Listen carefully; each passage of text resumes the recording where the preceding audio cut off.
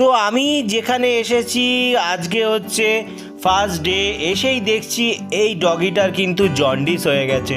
তো মারাত্মকভাবে এফেক্ট করে গেছে, খাওয়া দাওয়া বন্ধ করে দিয়েছে। আর জন্ডিসের আপনাদের ক্যামেরাতে যেটা দেখাচ্ছি অতটা হয়তো বোঝা যাচ্ছে না, কিন্তু জন্ডিস এফেক্ট করে গেছে। এর বয়স মোটামুটি 4 মাস মতন, কিন্তু এই 4 মাস বয়সে ওরা কিন্তু একে যেটা করা হয়নি, ভ্যাকসিন দেওয়া হয়নি।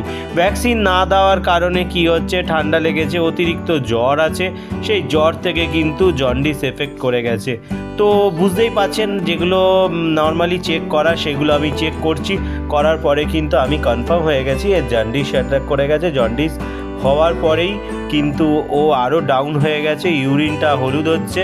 তো সব কিছু মিলিয়ে আমি ট্রিটমেন্ট আজ থেকে স্টার্ট করছি। দেখুন 103.7 টেম্পারেচার, প্রায় 2 ডিগ্রির কাছাকাছি বেশি আছে। যাই হোক, আপনাদের সামনে পরেও ভিডিও আপডেট দেবো। এখন আমি স্যালাইন ইঞ্জেকশন স্টার্ট করে দিয়েছি, চেষ্টা করব যাতে ভালো হয়ে যায়।